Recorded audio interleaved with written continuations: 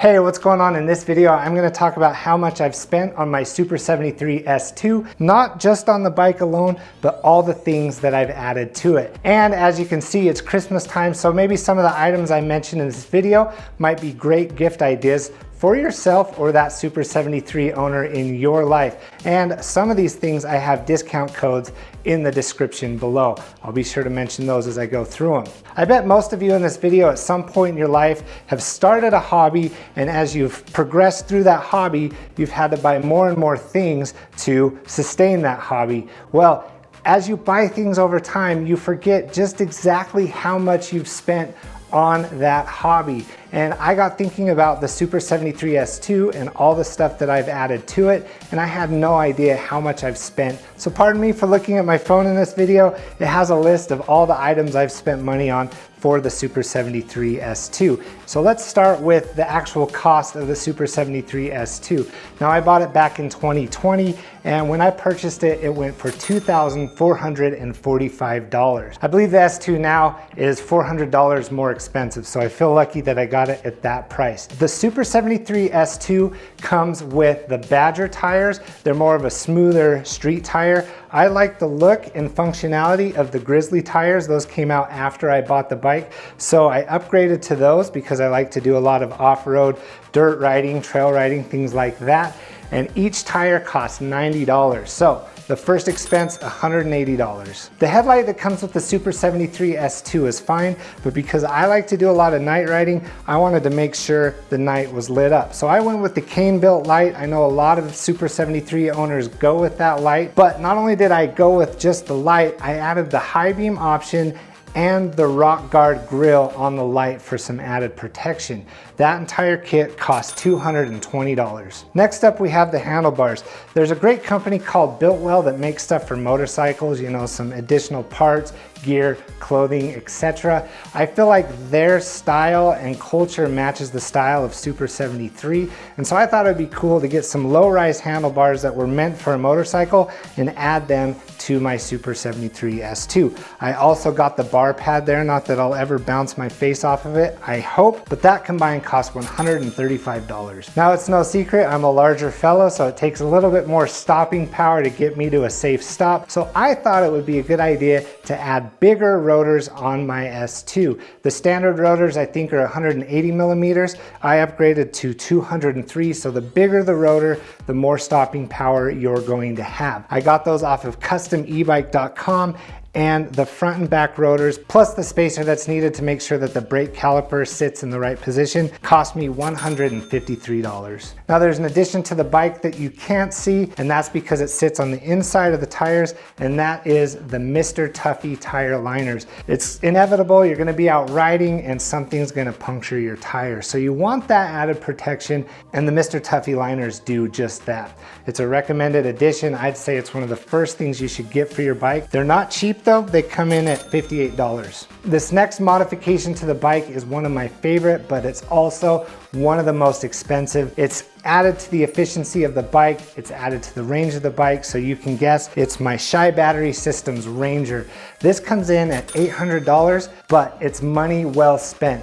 It doubles your range, so if you're getting about 20 miles on the stock battery, you're gonna get about 40 miles once you've added the ChiBatterySystems Ranger. Plus, ChiBatterySystems, the company, is innovating battery solutions for all sorts of personal electronic vehicles. This battery is meant for the Super73 S2. You can put it on the R, the RX, but they also have solutions for the S1, the Z1, and the ZX. And lucky for you, if you add SESSIONS73 to the little code box in checkout, you get 5% off. I also have a link in the description below. These batteries take a long time to charge, so back to ChiBatterySystems, they have a super fast charger that will speed up charging time, pretty much cuts it in half, so I had to pick one up. The price of the ChiBatterySystems super fast charger is $160. Now this next addition to my S2 is one of the more extreme modifications that I've done to this bike. It's my favorite aesthetic wise, and that is the Veer Cycle belt drive. When I first saw some videos about belt drives on bicycles,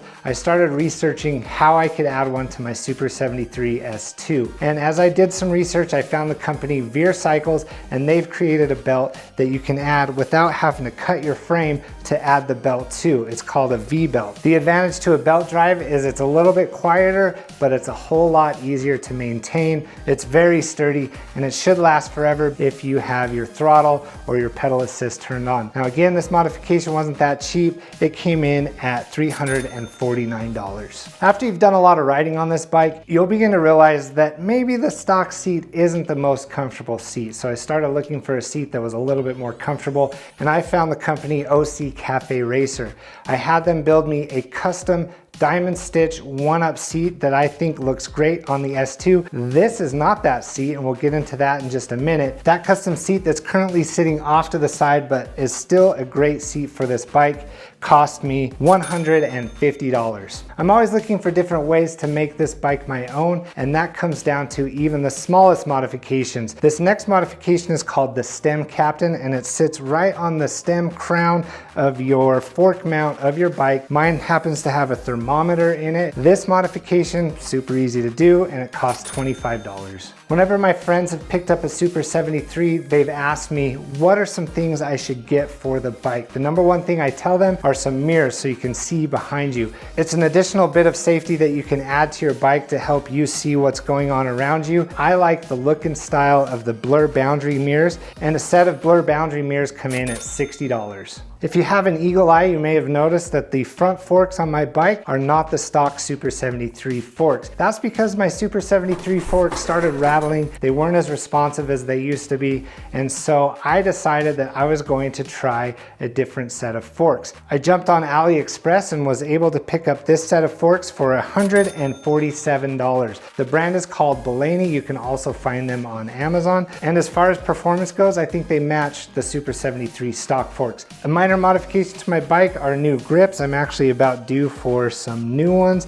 These ones I picked up off of Amazon. They're very easy to install. Those came to $11. Another easy, inexpensive modification that I'd recommend doing to your bike is to get these cable covers. It comes in a 3-foot length, you can cut them to size, and it helps you with some cable management up front and gives you a nice clean front end look to your bike. Those cable covers come in at $8. Now, a modification that I added to this bike that I no longer have on it, but it was a fun project and I thought it looked really cool. It was just that it added a lot of wires to the bike. I added this whole LED underglow system to the bike. Now, because I like to do off-road riding, I felt like the LED lights were more for that street style riding to light up as you're cruising along with your friends, but I took them off. If it's something that you're interested in doing, it costs around $100. There's a kit on customebike.com that you can buy, but I picked mine up off of Amazon, soldered the necessary connectors, and I think it came in a little bit cheaper, but right around $100. Another smaller item that I've added to this bike, but I feel like is necessary and worth mentioning in this video,